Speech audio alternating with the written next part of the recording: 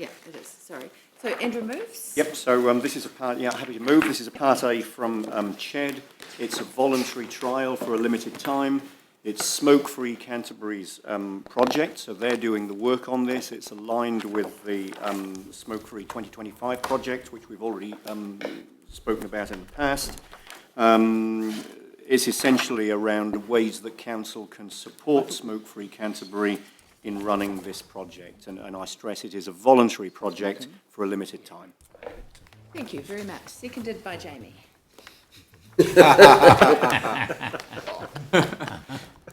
I'll put that. Those in favour, please say aye. Aye. Opposed, carried. The CHED item number 8, deputations by appointment, with the workshop on the TPP A, as it now is, TPP. Andrew, do you want to speak on that? Or?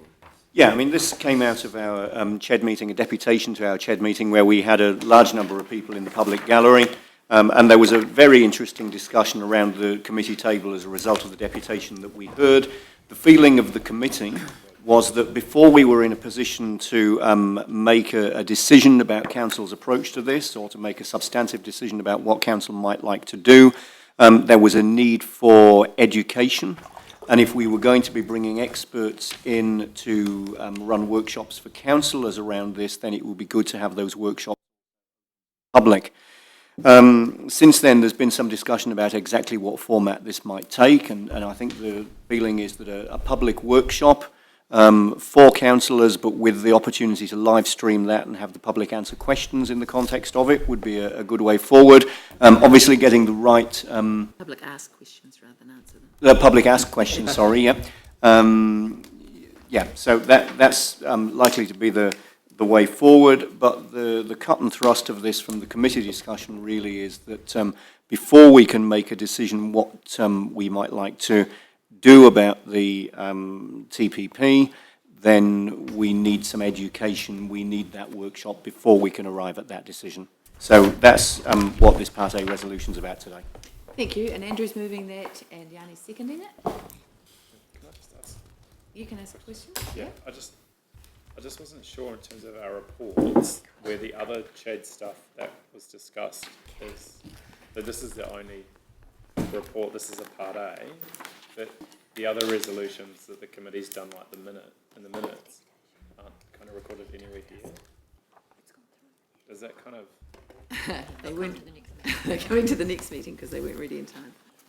Oh, okay. You get them in a couple of weeks. All right. But can we just focus on this one for the moment? You're seconding that, Yanni? Yeah, absolutely. Second Okay. it. Yeah, sure. I mean, following from what Andrew said, I do agree with it. I would prefer two workshops, one for councillors, but a second for the public, which councillors could attend with a professional facilitator, because there must be a lot of the public that want to ask questions and get into some detail, like ourselves, and I'm just concerned that if you have a workshop with councillors, it will get absorbed into the council, how that affects the council, which is totally appropriate, but there are many questions that the public and many angles that individuals in our city would want to ask and not have the opportunity to have these experts access to them in a public forum. So I would prefer to have a two workshop system. What we were looking at was how it actually affected local government, because obviously that's really important. There is also an MFAT workshop being held on the 11th of March, I think, in Christchurch. They're doing a series of visits. But I think rather than sort out the detail of it here, how about you, Andrew, Glenn and Tim, work out how we do this in conjunction with staff. Yeah, very comfortable okay? with that. Yep.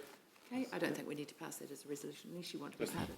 Just discussion, just strongly support this, just to highlight that there was actually a public meeting in the Transitional Cathedral not too long ago. So, but I just wanted to pick up on the point. I think the really important thing for us as a city is to understand the consequences on us, and that will hopefully inform any future resolution that we put forward, as much as helping local people understand the implications on the city and possibly the wider context. But I do agree that we should be focused on what is the impact on our city in light of the request to consider declaring ourselves TPP free. So, yeah. Dave, is that, So would we be inviting representatives of the government to actually put the government's case? what we were going to do was get experts in the subject matter, and so those are yet to be determined. One of the suggestions was that we use the new dean of the law school at Canterbury University, but there is some papers that are out now from Jane Kelsey, from Richard Northey. Yeah, but my question really was, you're getting academia and others to give opinion. Are we going to let the government of the day have a chance to explain their position on it as well? I'm sure that MFAT will be part of that.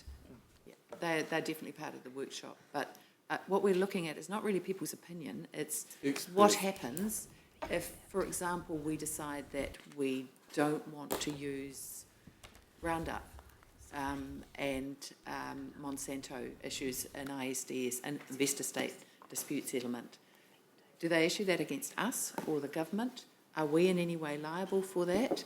Are we in any way limiting our sovereignty as a city? And it was just getting the facts, actually, rather than a lot of emotion about it. So, as a community, are we in any way limited in the way in which we do smoke-free or anything because of it? So, factual stuff. Yeah, look, I'm really supportive of this. I think, it's a 6,000-page agreement, and I don't think anyone really, in a lay capacity, will actually fully understand the ramifications of this here. And to get full, proper legal counsel on actually what it does mean, especially it's become such a contentious issue for the community right across the country. So I think not only for Christchurch, it's an issue for the whole of New Zealand. They all need to understand what it means, and I think this is a great way forward. So this is just a mechanism for us to do so. Glenn. Thank you. And we've got some important items to over contract today to deal with. So there are some implications over procurement for us. So, it really is important that we look into it deeply.